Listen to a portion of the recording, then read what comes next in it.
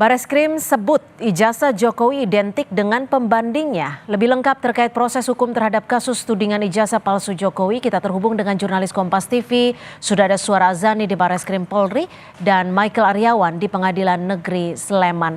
Kita akan ke Bareskrim terlebih dahulu. Suara, hasil uji laboratorium forensik ijazah Jokowi disebut identik dengan pembandingnya, yakni teman-teman Jokowi.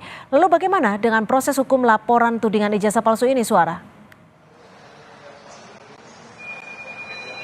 Ya, betul sekali. Kamis siang ini, Dirtipidum Bareskrim Polri mengumumkan hasil uji laboratorium forensik atas ijazah Joko Widodo dan mengatakan ijazah Jokowi asli. Dan memang hasil uji laboratorium forensik tersebut melakukan beberapa tahapan, salah satunya dengan membandingkan dari bukti yaitu ijazah Jokowi dengan 3 rekan saat Jokowi berstudi di Fakultas Kehutanan UGM. Dan perbandingan tersebut memang dilakukan dengan membandingkan bahan kertas, pengaman kertas, teknik cetak, tinta tulisan tangan, cap stempel, dan tinta tanda tangan milik dekan dan rektor dari peneliti tersebut.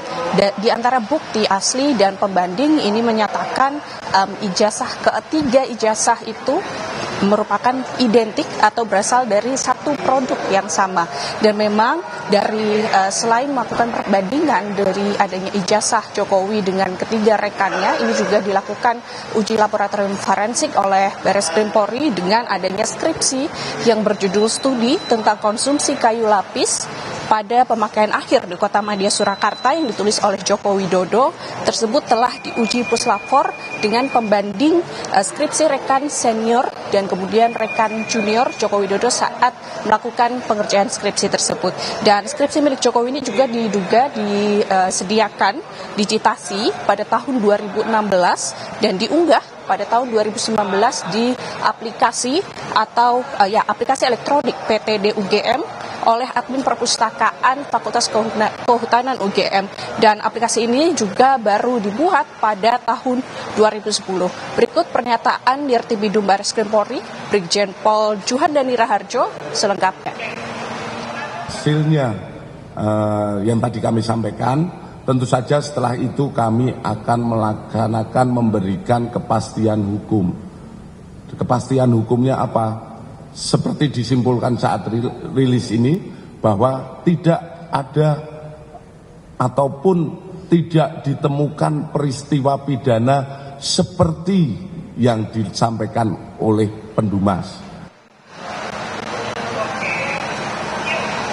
Setelah melakukan gelar perkara, Bareskrim Polri menyatakan hasil dari gelar perkara tersebut kepastian hukum tidak adanya unsur pidana, yang artinya Bareskrim tidak akan memanggil Pendumas dan ini akan melakukan klarifikasi atau memberikan hasil dari uji laboratorium forensik, dan kemudian 2 bulan penyelidikan tersebut dihentikan dan kasus ini selesai. Kembali ke studio. Ya, terima kasih Suara. Kita akan bergeser ke Michael Aryawan di Pengadilan Negeri Sleman. Michael, apa yang sebenarnya jadi tuntutan penggugat dalam persidangan dan apa yang menjadi keberatan dari pihak UGM serta dosen Jokowi selaku tergugat, Michael? Selamat petang, Asintia dan saudara. Sikap Universitas Gadjah Mada yang dianggap menutupi kasus keaslian ijazah Joko Widodo menjadi penyebab dari gugatan ini.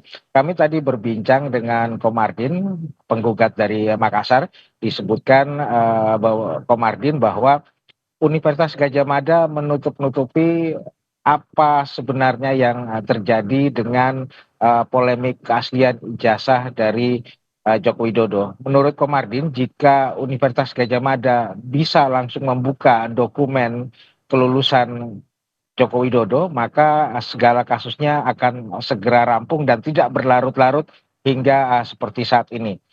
Nah, itulah yang disesalkan oleh Komardin, sikap UGM yang dianggap tidak kooperatif, tidak membuka apa yang sebenarnya terjadi, sehingga Komardin mengajukan gugatan sebanyak 69 triliun. Nah, gugatan sebanyak itu memang diajukan oleh Komardin sebagai pertimbangan bahwa kasus ijazah Joko Widodo ini telah mengganggu perekonomian Indonesia sehingga dia menghitung seperti itu. Nah, terkait dengan Kas Mujo, dosen dari pembimbing akademik Joko Widodo juga digugat oleh Komardin disebabkan karena Kas Mujo dianggap menutupi apa yang sebenarnya terjadi.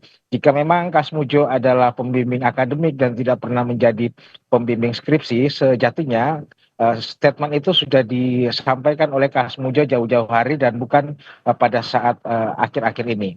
Nah, terkait dengan keberatan dari kuasa hukum Universitas Gadjah Mada dan juga kuasa hukum dari Kas Mujo, mereka tadi menyampaikan di dalam sidang bahwa ada pihak lain yang datang mendadak muncul di dalam persidangan dan menyatakan diri sebagai penggugat intervensi atau penggugat tambahan. Namun ketika dimintai hakim dokumen gugatannya, ternyata mereka belum bisa menunjukkan buktinya sehingga akhirnya persidangan tersebut dianggap cacat jika terus dilakukan oleh majelis hakim di Pengadilan Negeri Sleman. Nah, untuk itu kemudian sidang akhirnya ditunda, mediasi belum dilakukan dan rencananya akan dilakukan pada tanggal 28 Mei mendatang. Cynthia. Baik, terima kasih atas laporan Anda. Michael Aryawan melaporkan langsung dari Sleman dan juga sebelumnya sudah ada Suara Azani melaporkan langsung dari Barreskrim Polri.